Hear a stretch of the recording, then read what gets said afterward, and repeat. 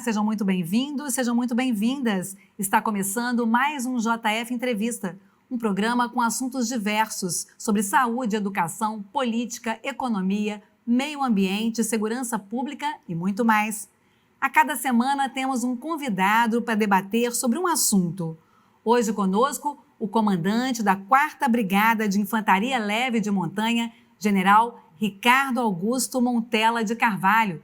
Ele assumiu o comando da brigada em dezembro de 2023 e hoje conversa conosco sobre a atuação do Exército em diversas operações pelo país, inclusive no apoio humanitário à reconstrução do Rio Grande do Sul, sobre as mudanças do Exército ao longo das décadas e sobre a proximidade da instituição militar com a sociedade civil hoje. Para participar dessa entrevista, nós convidamos a jornalista Michele Meirelles. Muito obrigada, General, por ter aceitado o nosso convite, estar aqui hoje. Michele, muito obrigada também por sua participação. Comandante, vamos começar tocando nessa questão que é do Rio Grande do Sul, né? Em entrevista recente, o ministro da Defesa, José Múcio Monteiro, e o comandante do Exército, Tomás Paiva, disseram sobre os estragos da chuva no Rio Grande do Sul. Isso é uma operação de guerra e nós estamos empenhados e solidários com o povo do Rio Grande do Sul e, se Deus quiser, vamos vencê-los. E aí eu queria que o senhor comentasse, né?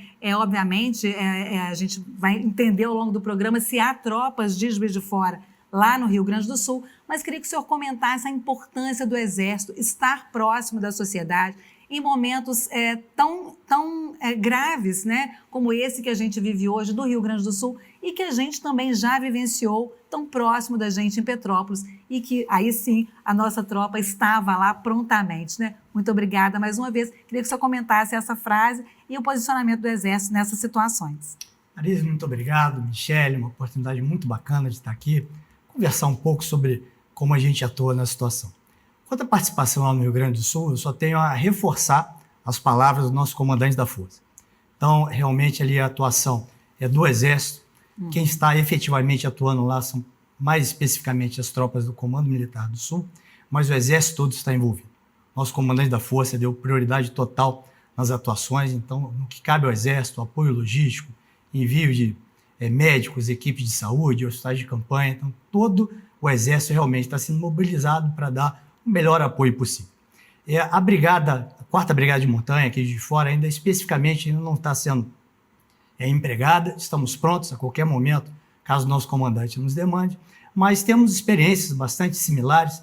Recentemente, esse ano mesmo, em fevereiro, atuamos em Petrópolis, em 2021, 2022 também estivemos em Petrópolis, um desastre muito grande nessa mesma região em 2011, então ao longo desse tempo, a nossa brigada vem colhendo bastante experiência, fazendo valer na plenitude até aquilo que é o slogan do nosso Exército, né? O braço forte e a mão amiga.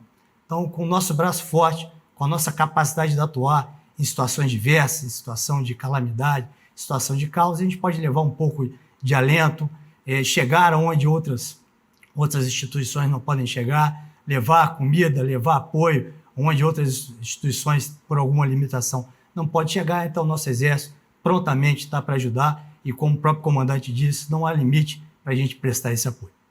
Michele?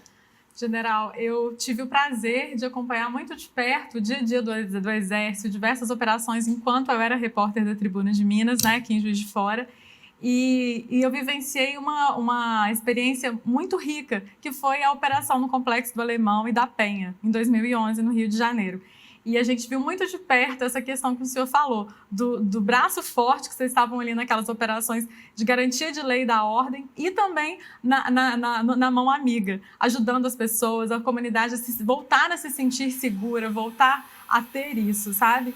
E uma coisa que eu acho que eu queria que as pessoas soubessem, eu sempre disse isso, é de conhecer mais o Exército. Eu queria que o senhor falasse para a gente um pouquinho sobre a brigada, sobre essa característica de montanha, como que é a brigada, sobre as atividades dos senhores, que as pessoas conheçam melhor isso, sabe? Que eu acho que é tão rico e a gente está aqui em Juiz de Fora e muita gente não sabe. Olha, essa é uma característica muito importante, diria, do nosso Exército, do nosso povo. Você falou aí nas operações de LO, outros exércitos vêm estudar junto ao Exército Brasileiro exatamente como a gente consegue fazer isso. Ao mesmo tempo ser braço forte e ser mão amiga.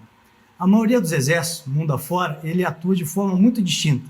Quem faz o braço forte só faz o braço forte, quem faz a mão amiga, parte de apoio, institucional, etc., são tropas ou instituições completamente diferentes. Realmente, nosso povo, talvez pela nossa cultura, nossa maneira de também receber, a nossa solidariedade, a gente realmente se sentir na pele das pessoas, a gente faça isso de uma maneira muito diferente. Então, é isso mesmo. Quando a gente vai numa comunidade, a gente sente que a gente está lá com o nosso povo, nossos irmãos ali. Então, ao fazer o nosso trabalho, ao levar a segurança, a gente não esquece de acolher aquele irmão que está ali. Vou até um pouco além, você deve ter acompanhado, a própria Brigada apoiou, fez operações semelhantes no Haiti. E no Haiti, outro país, outra cultura, outra população, características diferentes, e mesmo assim essa nossa característica do povo brasileiro, do nosso exército, ficou muito evidente lá. Nenhuma das outras tropas soube fazer tão bem isso aí. Ao levar o braço forte, ao cuidar da segurança, ao impor a garantia, a lei e a ordem, mas mesmo assim, cuidando das pessoas, acolhendo, levando um pouco esse ar de solidariedade. Então, isso é realmente uma característica, não vou dizer única, mas que nós nos orgulhamos muito. Então, general, eu queria que o senhor explicasse um pouco mais, né, como que se dá a entrada do Exército nessas operações. É um pedido, há uma solicitação, seja dos governos municipais ou estaduais ou mesmo federal, diante, né, de alguma catástrofe ou de algum momento em que os civis não vão dar conta daquela realidade e o Exército, então, precisa entrar. E também a preparação desses jovens, né, que muitas vezes vão estar ali diante de cenas que não são cenas de guerra, mas cenas também muito chocantes, estarem preparados para uma realidade talvez muito cruel até, né? Como é que se dá isso, general? Então, temos trâmites legais, então isso funciona através dos pedidos dos governadores, através do Ministério do Desenvolvimento Regional, Ministério da Defesa, que aí sim chega até as forças. Mas todo esse trâmite, em nenhum momento, ele impacta a necessidade imediata.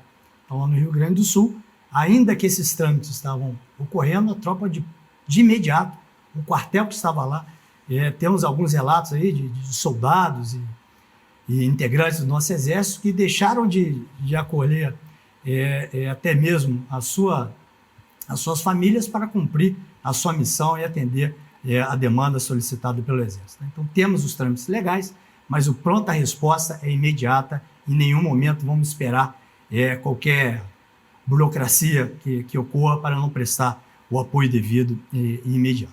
Quanto à nossa preparação, o nosso Exército ele tem uma preocupação muito nossa, que se adequa muito bem a isso aí. Ao fazermos o nosso trabalho, a gente também se prepara para essa situação. Então, vocês devem ter visto ali, por exemplo, as pontes que foram instaladas para facilitar onde caíram as pontes, onde as estradas não existem mais. Então, isso faz parte do nosso trabalho das tropas de engenharia.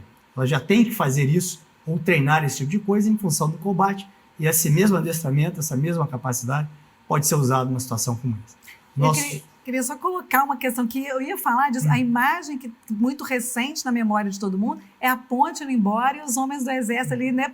A gente vai ter que reconstruir isso, sim, né? Sim. É uma imagem, né, forte. Então, aquela situação foi totalmente atípica, né? As nossas pontes, elas têm algumas especificações técnicas, particularmente da correnteza do Rio, pelo volume de água, muito rápido, muito instantâneo, aconteceu tudo muito forte, saiu dessas especificações e as pontes não aguentaram. Mas temos como repor, temos outras pontes para manter o apoio à população, àquele local. Na mesma linha, a nossa capacidade logística. Nós temos que ter a capacidade logística de atuar, inclusive, extraterritorialmente. Então, levar comida, levar suprimentos de todas as ordens em locais de difícil acesso faz parte do nosso trabalho com militares. E uma situação como essa, o faremos também de maneira muito, muito pronta e oportuna. A nossa parte de saúde. Então, temos que nos preparar. Em situação de combate, sabidamente, haverão feridos, haverão necessidade de apoio de saúde. Então, temos hospitais de campanha, temos como levar a saúde em locais inóspitos, em locais que não tem nenhuma outra estrutura. Então, tudo isso já faz parte do nosso treinamento e o que pode ser aproveitado plenamente nessas situações que estamos vivendo, em particular lá no Rio Grande do Sul. Michele? E para além das tragédias, né, general, talvez nas crises aí de segurança pública que nós vivemos algumas nos últimos anos, no Espírito Santo, a Força de Pacificação, a intervenção federal, queria que o senhor explicasse para a gente essa característica da nossa brigada leve de montanha, que é essa facilidade da mobilidade, né, de vocês conseguirem ir mais rápido. Isso.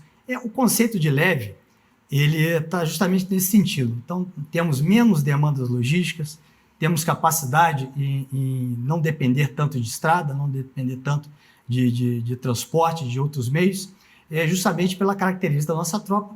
Atuar em montanha, é fácil de imaginar que praticamente temos que contar com nossas próprias pernas para romper os desfiladeiros e por aí vai. Tá? Então, isso aí nos permite facilmente sermos transportados, facilmente estarmos em qualquer local e principalmente essa outra característica a gente costuma usar um termo que é quem pode mais, pode menos. Então, se a gente se prepara para a guerra, temos também condições de flexibilizar isso aí e atuarmos em segurança pública, numa situação de demanda, numa situação muito caracterizada pela nossa Constituição, a pedido, mais uma vez, dos governadores, mediante os Ministérios da Justiça, Ministério da Defesa, até a nossa atuação. Queria que o senhor falasse, né? A gente poderia ter começado com isso, mas achei mais interessante a gente trazer essa questão do Rio Grande do Sul, mas queria que o senhor explicasse como é que funciona aqui em Juiz de Fora o Exército, né? A gente estava conversando nos bastidores, o senhor disse que o senhor comanda 11 quartéis. Esses 11 quartéis não são em Juiz de Fora, só para o nosso público entender, né? Como é que esse comando, como é que subdivide essa questão do Exército aqui em Juiz de Fora, né? E para onde que se espraia, né, esse Exército? Ok. Eu vou tentar ser o mais pragmático possível aqui para todos entendam. Então, o quartel que a gente está acostumado a ver nas ruas, aqui em Juiz de Fora temos os mais conhecidos, né? O 10º Batalhão de Infantaria, temos o 4º Grupo de Artilharia Leve de Campanha. Então, esses quartéis, como comumente nós conhecemos, são comandados normalmente por coronéis. Tá? Então, um grupamento de coronéis desse, tá? No meu caso 11, com características diferentes, com capacidades diferentes, eles são reunidos no que nós chamamos de brigada. Tá? Então, um general comanda esses coronéis.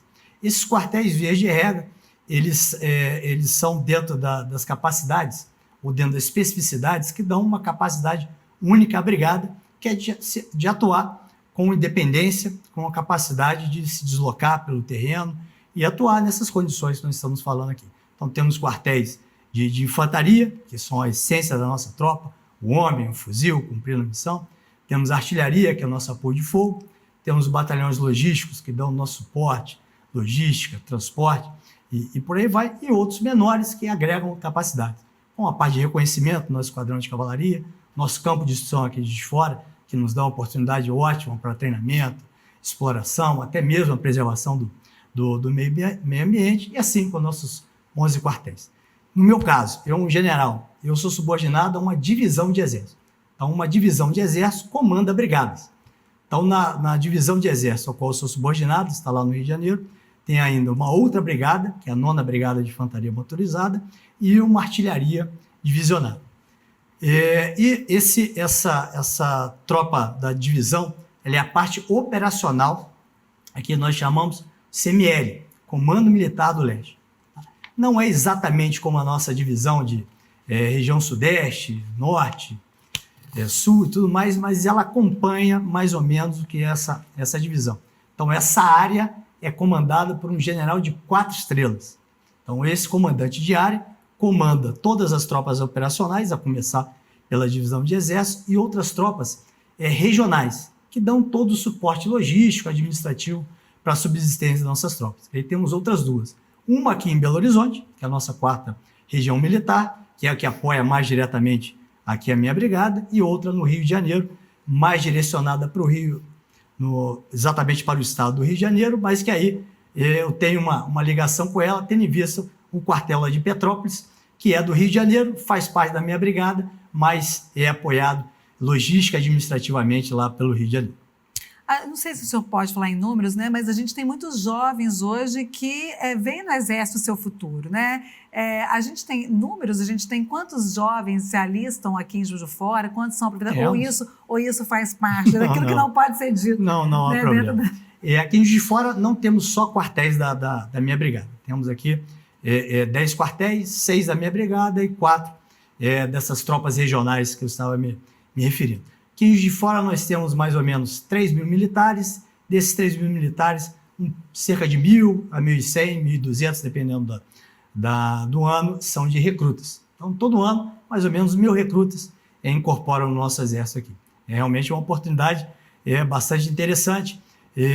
Isso aí a gente vê, isso oscila ano para ano, de cidade para cidade, mas posso dar um dado para vocês. Aqui em Juiz de Fora, praticamente todos os nossos soldados incorporados, os recrutas que foram incorporados, todos são voluntários, todos buscaram servir o exército. Então, isso aí é algo que todos nós ganhamos, né? Então, uma oportunidade para o nosso jovem, e nós recebemos pessoas realmente mais vocacionadas, que querem estar na instituição e contribuir com o seu futuro e até mesmo o nosso futuro. Só para a gente encerrar, a gente já está chegando ao fim desse primeiro bloco, queria que o senhor falasse um pouco, o senhor está falando de jovens, aí eu fiquei pensando um pouco na tecnologia. O Exército está preparado para as novas tecnologias? Quando vocês vão para essas operações humanitárias, vocês lidam com a tecnologia, com a inteligência artificial? Já está se pensando nisso também dentro do Exército brasileiro? Ou ainda é uma coisa mais distante? Como é que vocês trabalham com a tecnologia dentro do Exército hoje? Não, sem dúvida. Hoje em dia não há como negar, a tecnologia tem todas as áreas de atuação.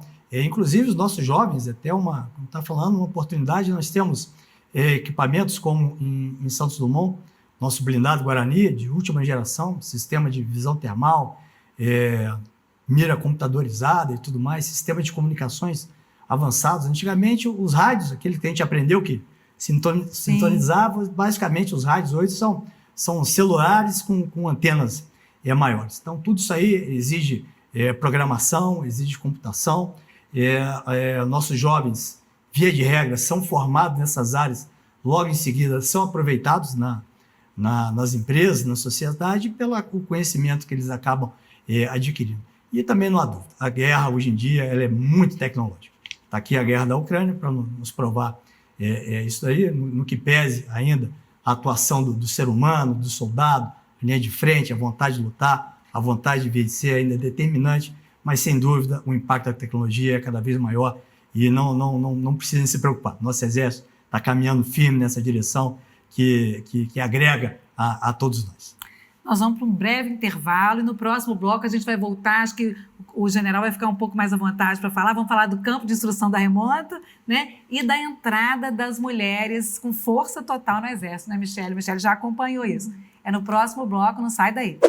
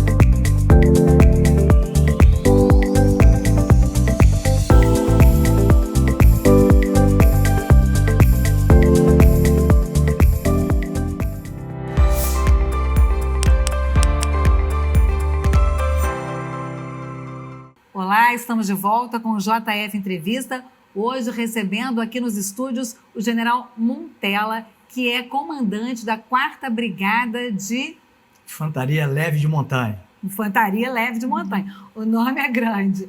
Michele vai fazer a primeira pergunta, que tem relação com a entrada das mulheres no Exército, né, Michele? Isso. General, em 2017, a gente pôde acompanhar muito de perto, eu estive, inclusive, no campo de instrução, quando teve a entrada da primeira turma de mulheres no 4º GAC, das sargentos de carreira. E Juiz de Fora foi pioneira nisso, né? E, inclusive, chamou muita atenção o fato que as mulheres, inclusive, eram a maioria. E outro fato também que, na época, foi muito comentado, era o tratamento, a isonomia. As atividades eram iguais para as mulheres e para os homens. As únicas adequações que se fizeram foram lá nas acomodações para que fossem separados. Eu queria que o senhor falasse desse pioneirismo de Juiz de Fora na formação das sargentos de carreira. Então, isso aí realmente é uma... Falar um pouco antes da entrada das mulheres no Exército. Então, isso aí aconteceu mais ou menos no início dos anos 90, 92 em particular, ainda eu era cadete. Estava na Academia Militar das Colherneiras e tive a oportunidade, primeira que tiveram instrutoras, professoras, foi quando a minha turma ainda estava na academia. Por um bom tempo, realmente as mulheres ficaram mais na parte de apoio e atividade administrativa, e em particular de saúde. Eu, inclusive, a minha esposa é tenente-coronel farmacêutico, ela é dessa geração da saúde no Exército. Então, isso veio acompanhando dessa forma, e em 2017 que realmente elas entraram na que a gente chama da linha bélica de ensino. Então, que é a atividade fim, efetivamente, a missão precípica do nosso Exército. Então, de lá para cá, elas vêm fazendo um papel excepcional. Posso afiançar para vocês, então, conhecer o Exército antes do ingresso das mulheres, conheço o Exército agora com o segmento feminino, em diversas áreas. Então, como o nosso Exército ganhou com a participação do segmento feminino. Tem até uma experiência particular, muito interessante, eu gosto sempre de externar. Antes de ser promovido a general, eu, como coronel, comandava o Centro de Instrução Paraquedista. Então, responsável pela formação dos paraquedistas do Exército. Imagino que todos saibam, a formação do paraquedista é eminentemente física. Então, a carga física, exigência física, ele é muito grande e podia-se imaginar que o segmento feminino tivesse alguma dificuldade para fazer isso. E como você falou da isonomia, eu falava muito lá com o segmento feminino, as meninas, no treinamento, que a lei da gravidade ela é a mais democrática de todas. Quando a gente sai do avião, a gravidade não quer saber se é homem, se é mulher, se o cabelo é grande, se o cabelo é curto, se o seu nome termina com A, com O e por aí vai. A lei da gravidade vai querer saber se você sabe o que tem que fazer, se você aprendeu as técnicas e tudo mais. Então, nisso eu posso afiançar. As meninas ali fizeram um trabalho excepcional, um desempenho excepcional. E outro aspecto que me marcou muito, que falo isso como um elogio de verdade para todas as mulheres. Como é um curso muito exigente, a gente tem na média ali de 60% de aprovação apenas. Média 40%, 50% não consegue se formar. De todos os estratos que a gente podia dividir ali, de oficiais e sargentos, entre mais velhos e mais novos, escola de formação, sempre havia uma parcela de qualquer estrato desse que pedia desligamento. Chegava um dado momento, não conseguia prosseguir e pedia para ir embora. O segmento feminino, nenhuma pedia desligamento. Todos os cursos que eu acompanhei... Os 40, 60 entre os homens. Sempre... nem todas, infelizmente, se formavam, mas nenhuma pediu desligamento. Levantava a mão, eu quero ir embora. Todas que não terminaram foram por algum motivo totalmente alheio à vontade delas. Então, essa determinação do segmento feminino, das mulheres na atuação lá, em áreas, como eu disse, possivelmente que não seria o seu métier, a sua maior fortaleza, né? Atividades de cunho mais físico, como eu falei, nenhuma pediu para ir embora. Algumas que não terminavam, por motivos alheios à sua vontade, mas isso é uma marca, um aspecto que me marcou muito, que só mostrou como que as mulheres estão contribuindo, fazendo um trabalho excepcional junto à nossa força. E não tinha alívio para o treinamento, né? Eu relendo a matéria da Michele, elas levantavam durante esse treinamento por volta de 4 horas da manhã até meia-noite. E eu acho que você pediu para sair, né, Michele?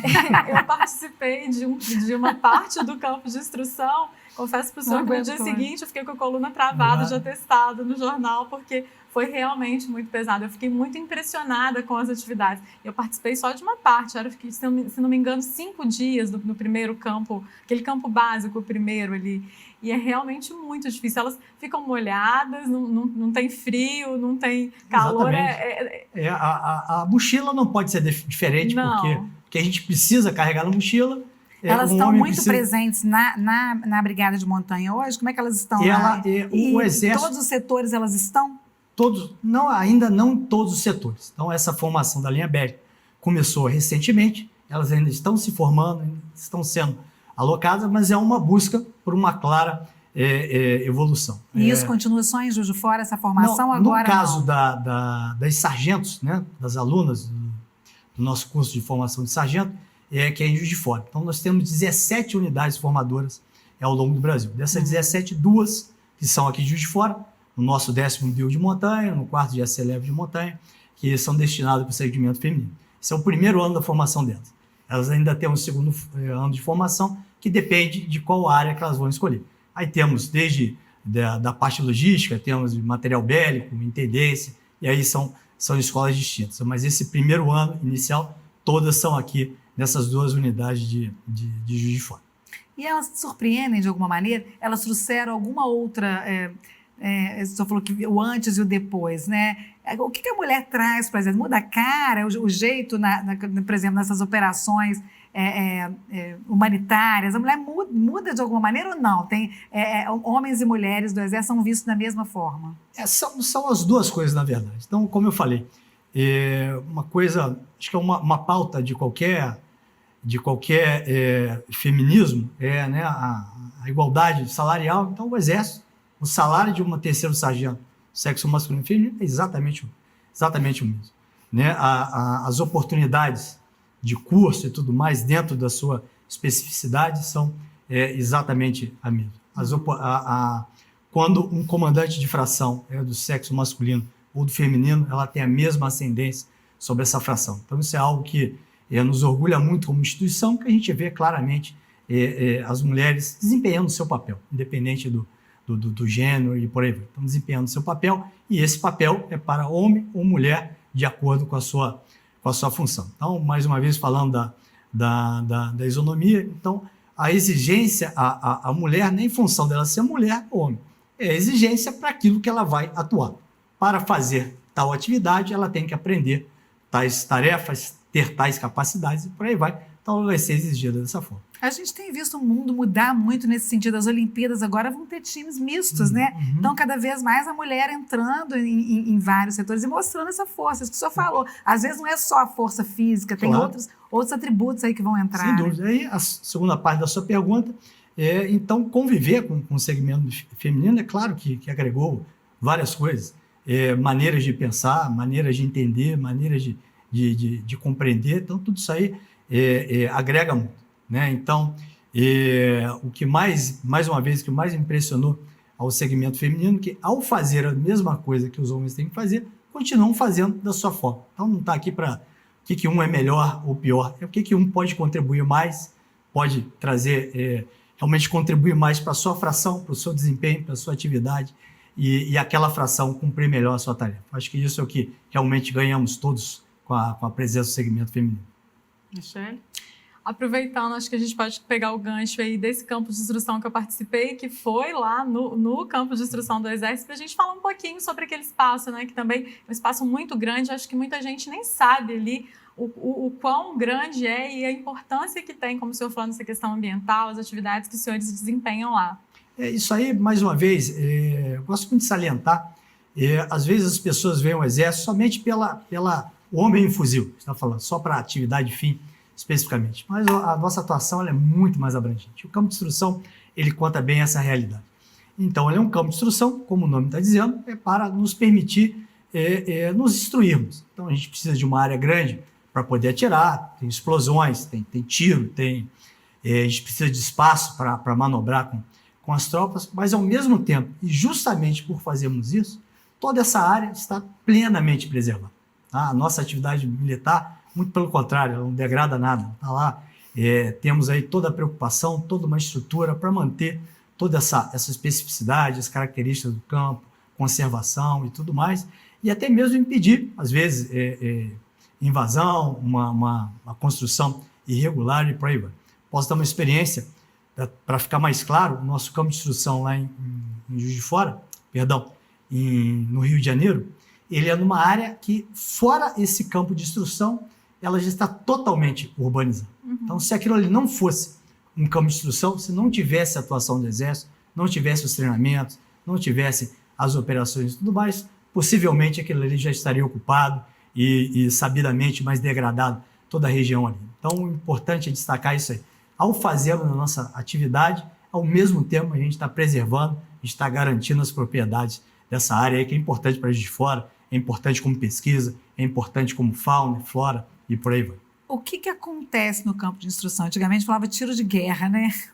Explica para a gente. O que é? É um treinamento com arma? É esse treinamento físico? O que acontece nesse campo de instrução, né? Para que as pessoas compreendam mesmo o que é, não, tirar um pouco dessa Ok. Deixar mais transparente esse mistério, né? Okay. O que é o campo de instrução? Então, tiro de guerra ainda existe. Na verdade, tiro de guerra são instalações militares em cidades menores que não chegam a ter um quartel. Então, a cidade não chega a ter um quartel, mas a própria prefeitura, que normalmente solicita, que queira dar oportunidade para o jovem daquela cidade em ter algum nível de formação militar. Então, os tiros de guerra existem e em Minas Gerais nós temos 40 e poucos, se não me engano. Então, até é uma instituição ainda bastante comum. Então, lá o campo de instrução. Então, lá, para que fique mais claro de todos, são realizados os acampamentos. Então, literalmente, aquilo que a gente não faz dentro dos quartéis, das instalações físicas, a gente faz nesse campo. Então, aquela oportunidade do soldado, ainda mais essa nova geração, que não tem tanta oportunidade de ir para o campo, de conhecer uma fazenda, de ter contato com vegetação, com animal e tudo mais, então ele tem esse momento. Então, nós temos várias oportunidades ao longo do ano que exigem, digamos assim, a atuação nesse local. Tivemos agora, recentemente, chamamos de instrução individual básica. Então, é a formação básica, como o próprio nome está dizendo ali, do soldado. Então, aquela característica que o soldado tem que ter. Tem que aprender a rastejar, tem que aprender a marchar, tem que aprender a utilizar o seu fuzil, tem que aprender a usar do terreno para progredir, tem que aprender a usar do terreno para obter fogo, obter alimentação e tudo mais. E, pelo próprio nome está dizendo, ele só pode fazer isso no acampamento. E esse nível de complexidade vai aumentando ao longo do ano. Então, individual, depois a qualificação. Então, ele é qualificado para uma atividade específica. Essa atividade específica ele vai ser inserido dentro de uma fração. Então, essa fração, eu já estou falando de um grupo. Então, esse grupo eu preciso de um espaço maior para esse grupo atuar, manobrar, como progredir, surpreender o inimigo e por aí vai. E essa complexidade vai aumentando até o nível mesmo da brigada, onde todas essas organizações militares vão estar se adestrando dentro das nossas capacidades, quer seja pela infiltração, quer seja pela escalada e tudo mais. E como eu falei, ainda que os combates cada vez mais são mais urbanos, temos aqui as imagens lá da guerra da Ucrânia, sabidamente são nos campos, até chegar ao combate urbano, são nas áreas de campo, nas áreas descampadas que ocorrem os combates até chegar na cidade. Então temos que também ter essa capacidade, esse adestramento nesse tipo de terreno. General, e para além do campo de instrução aqui de Juiz de Fora, os senhores também fazem esses adestramentos, por exemplo, na Serra do Relógio, aqui na região. Me chama muita atenção das pessoas, né? Comenta pra gente um pouco sobre isso. As cidades pequenas, as pessoas ficam ali em polvorosa, querendo entender. Eu sou de Guarani, uma cidade super pequena. E o Exército passou, acho que uma semana, alguns dias lá, e foi um acontecimento para a cidade também. Né? Inclusive, eles mandam os informes falando que se escutar tiro, escutar alguma coisa para não se assustar, porque faz parte do treinamento. Então, sim. Então, temos o nosso campo de instrução, mas é uma área grande, então, mas temos algumas limitações. E, no caso particular da nossa brigada, de infantaria leve de montanha. Então, se não tiver o terreno acidentado, montanhoso, a gente não pode, na plenitude, fazer o nosso exercício. Há 2 semanas atrás, tivemos um exercício muito interessante lá em Bom Jardim de Minas, 1h30, mais ou menos aqui. Uma cidade pequena, a cidade lá, se não me engano, tem cerca de 3 mil habitantes. Nós fomos lá com quase 1.000. Então, a gente quase Movimentar um terço, a cidade. aumentamos a cidade quase um terço a população. Então, aproveitamos ali todas as características regionais ali para aplicarmos a nossa técnica de montanha, infiltração e tudo mais, e interagir com a população. É isso mesmo. Tive a oportunidade de conversar com o prefeito. Quando fazemos exercício, esse foi um exercício um pouco mais rápido, quando fazemos exercícios mais demorados, levamos a nossa tal da mão amiga, então fazemos ações cívico-sociais, levamos o nosso hospital de campanha, damos uma oportunidade para as crianças conhecerem o nosso trabalho, algumas se camuflam, aprendem a fazer a nose e amarrações e por aí vai, fazemos corte de cabelo e assim vai. Mais uma vez, irmos nessa cidade, a gente se aproveita para fazer o nosso treinamento e levar um pouquinho do que a gente sabe fazer tão bem, que é acolher a população. Isso faz parte da estratégia do Exército de aproximação da sociedade, né? Desde que o senhor entrou no Exército, a gente vai falar um pouco, né, da trajetória do senhor, até hoje, a gente falou, já teve a mudança feminina, mas isso de estar próximo da sociedade é uma mudança também ou não? Eu não digo uma estratégia, acho que é uma consequência, né? Uma consequência de interagir. A sociedade vem mudando, uma oportunidade como essa aqui, acho que seria difícil um general aí, há décadas atrás, ter uma oportunidade como essa. Então, a própria tecnologia nos aproxima, a própria interação com a sociedade nos aproxima, então vejo essa proximidade como natural. Foi acontecendo, não é que o Exército buscou que isso ocorresse, ela foi acontecendo, as pessoas estão mais próximas, as pessoas interagem mais e por aí vai. Nós vamos para um pequeno intervalo, a gente está conversando aqui com o general Montella. No próximo bloco, nós vamos falar que está completando 80 anos que saíram tropas aqui de Minas para lutar na Segunda Guerra Mundial e também conhecer um pouco mais da trajetória do general. A gente já volta em um minuto só.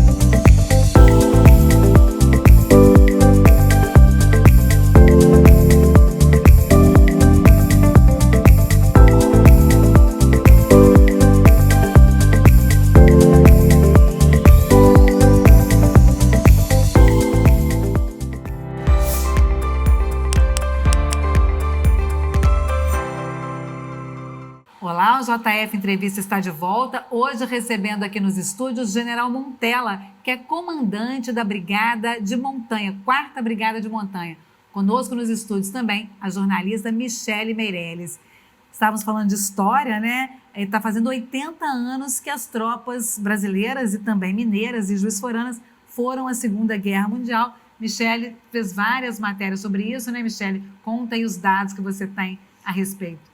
Na ocasião dos 270 anos de história do 10º Batalhão de Infantaria, ele não começou em Juiz de Fora, né? Ele começou lá em São Paulo e depois veio para Juiz de Fora.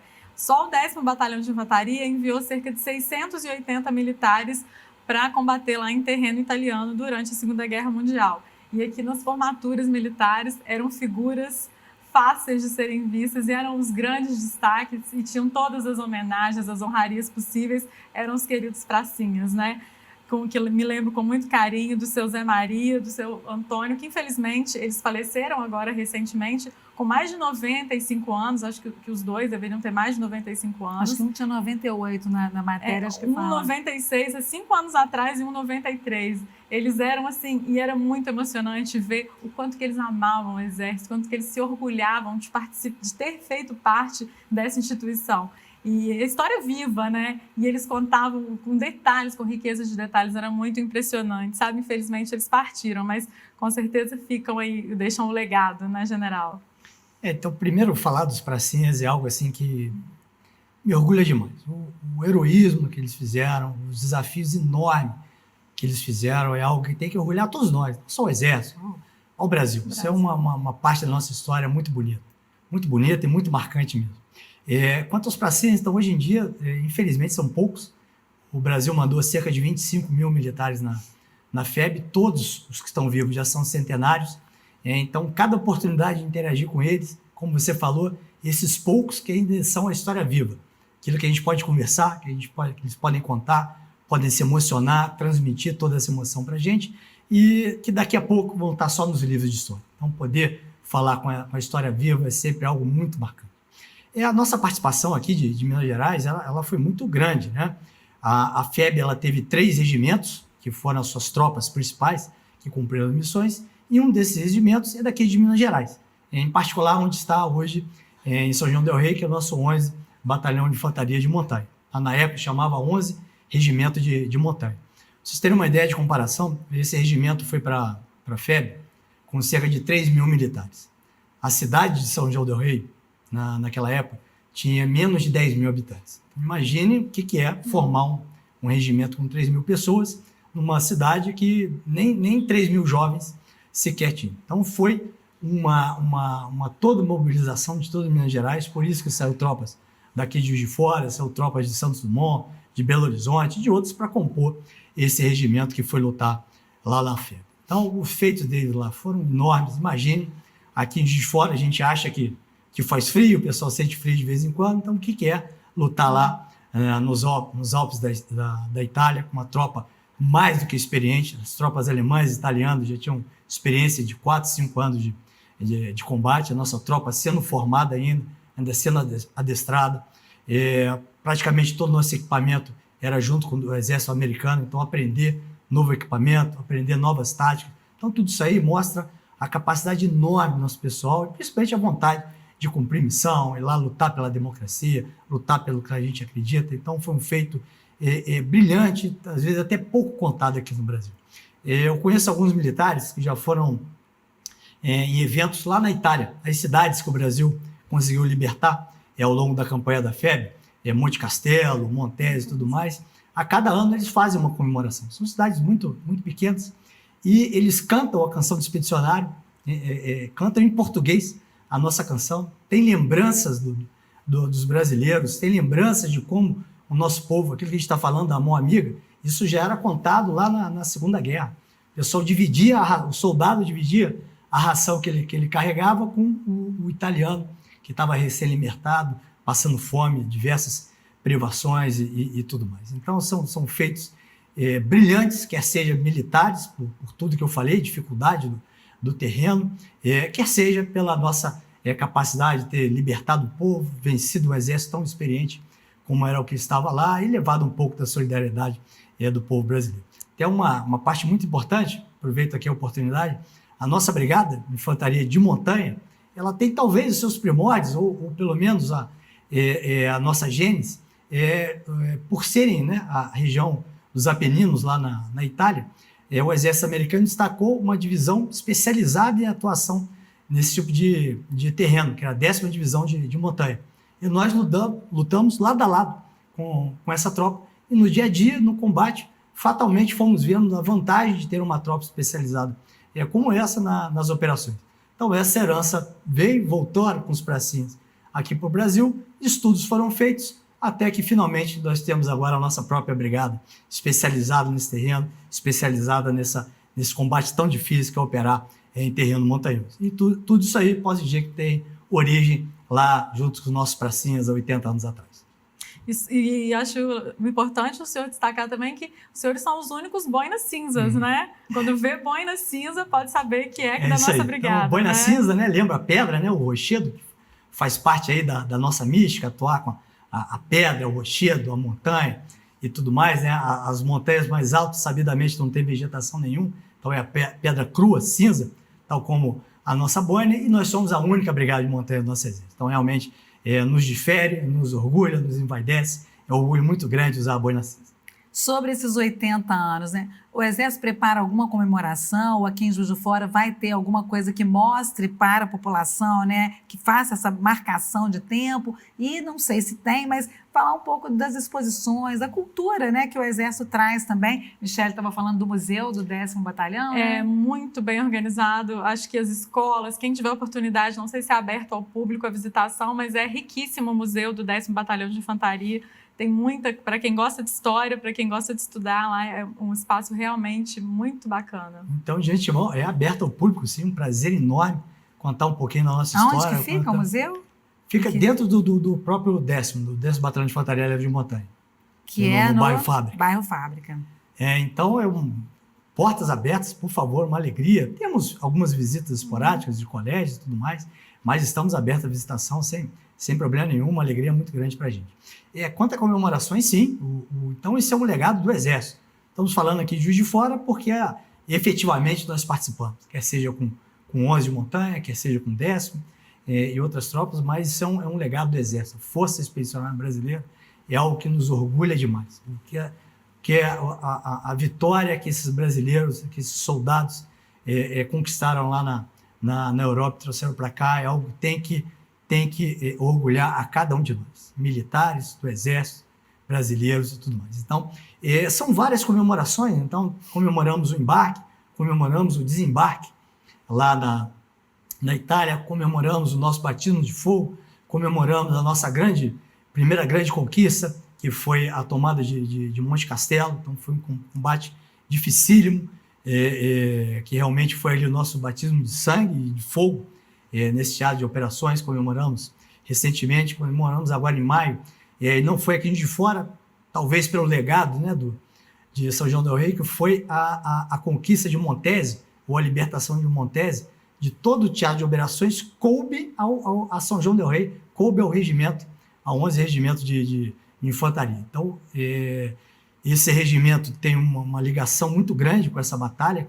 com esse feito ser explorado, estudado, enaltecido, serve como base de estudo para nossas operações até os dias de hoje. E, como eu falei, a população hoje de São João del Rei tem muitos parentes distantes que conheceram pracinhas, que foram parentes, foram amigos e tudo mais. Então, o evento lá em São João del Rei é muito bonito pela ligação com Então, não é só coisa do quartel, não é só coisa de nós militares. A sociedade se envolve diretamente. Lá, a quantidade de parentes de pracinhas, infelizmente, pracinhas já não são muito poucos, só 2 efetivamente estavam presentes lá, todos centenários, como eu disse, mas com orgulho, uma alegria. Um momento muito marcante dessa última comemoração, gostaria de dividir com vocês. Nesses momentos, a gente faz a nossa guarda histórica. Então, a guarda, hoje o nosso uniforme é esse camuflado, mas a guarda lá do 11, ela se veste com a mesma farda que utilizamos lá durante a Segunda Guerra. E um desses pracinha, ao ver a guarda com o uniforme o mesmo que ele utilizou, num dos momentos ele achou que ele estava falando com os companheiros dele, ele se referindo aquela guarda como se estivesse falando há 80 anos atrás, lá nos campos da Itália, tanto que sabidamente foi marcante para esse nosso brasileiro, para esse nosso herói, ver tudo que ele viveu lá e está sendo exaltado esse momento aqui que nós estamos vivendo. Vamos falar um pouco do que é ser do Exército Brasileiro, né? A gente já está aí caminhando, né, para os nossos últimos momentos aqui do nosso programa. O que é hoje, né? Quem é o homem do Exército Brasileiro, o homem ou a mulher, né? Como é que consegue estar num lugar por muito tempo, tem que viajar ao Brasil, né? Fala um pouco, né, da trajetória do senhor. O senhor já falou aqui do paraquedismo, né? Qual foi a trajetória do senhor? Começou em Campinas, foi isso? Isso. Né? Como é que foi essa... Uma história interessante. Eu sou filho típico de uma família de classe média. Meu pai, funcionário público, trabalhava na Embrapa, já aposentado. Minha mãe, professora.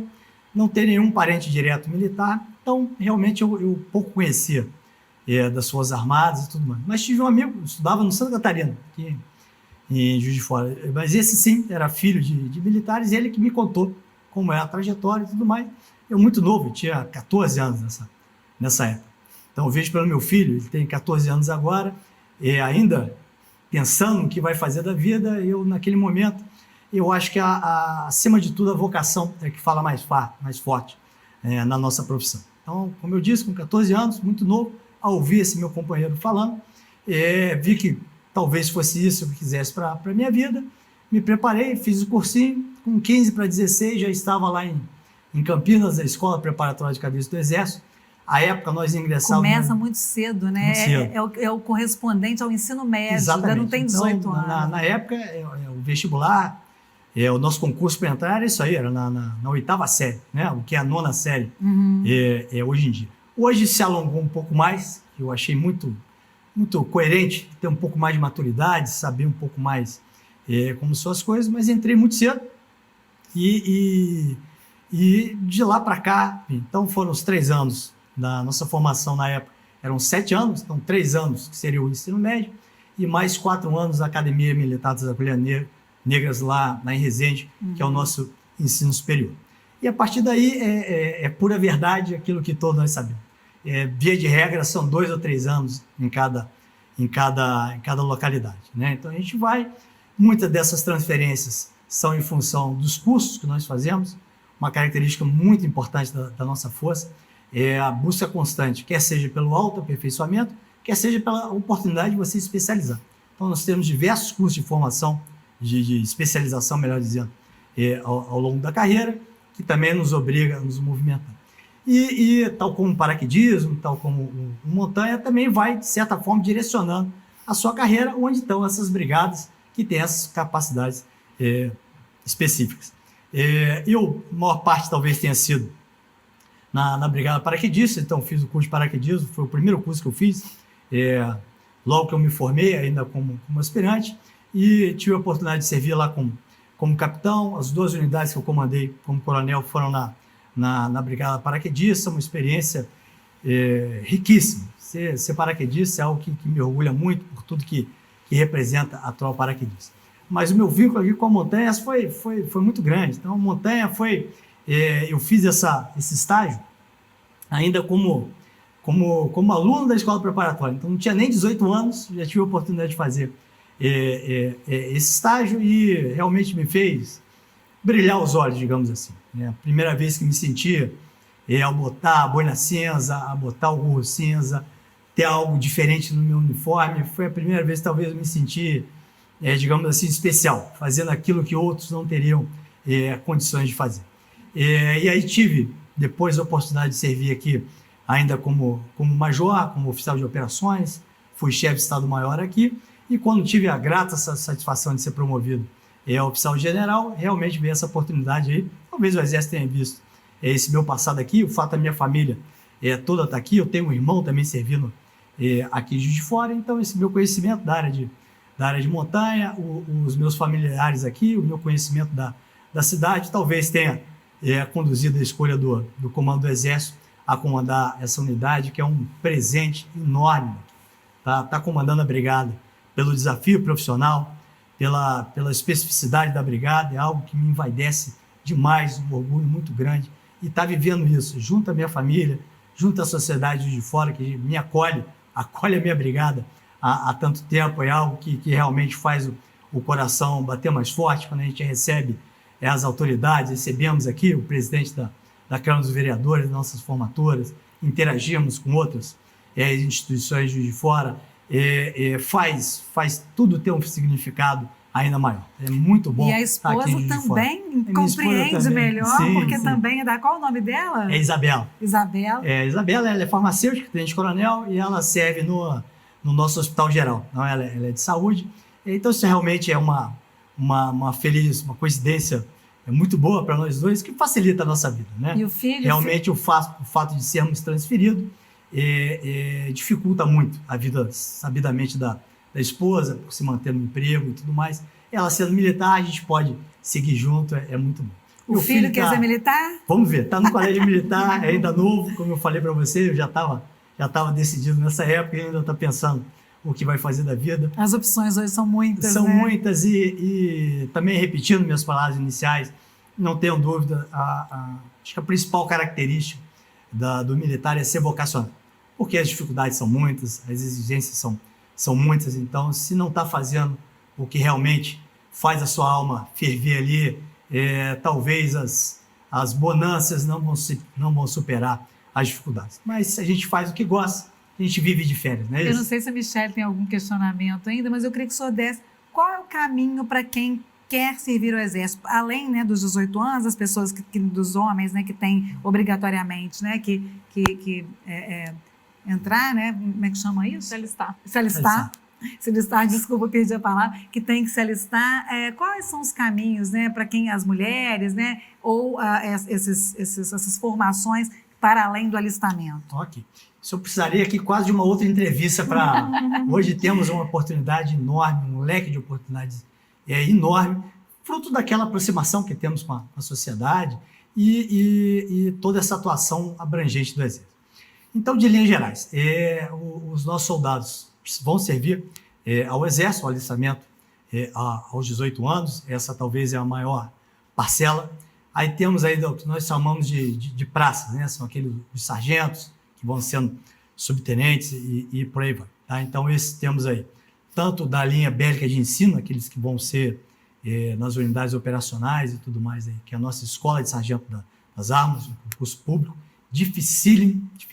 Então, isso mostra aí o quanto a sociedade, vendo o Exército uma boa opção. Estamos falando de um concurso de mais de 100 por vaga nessa parcela.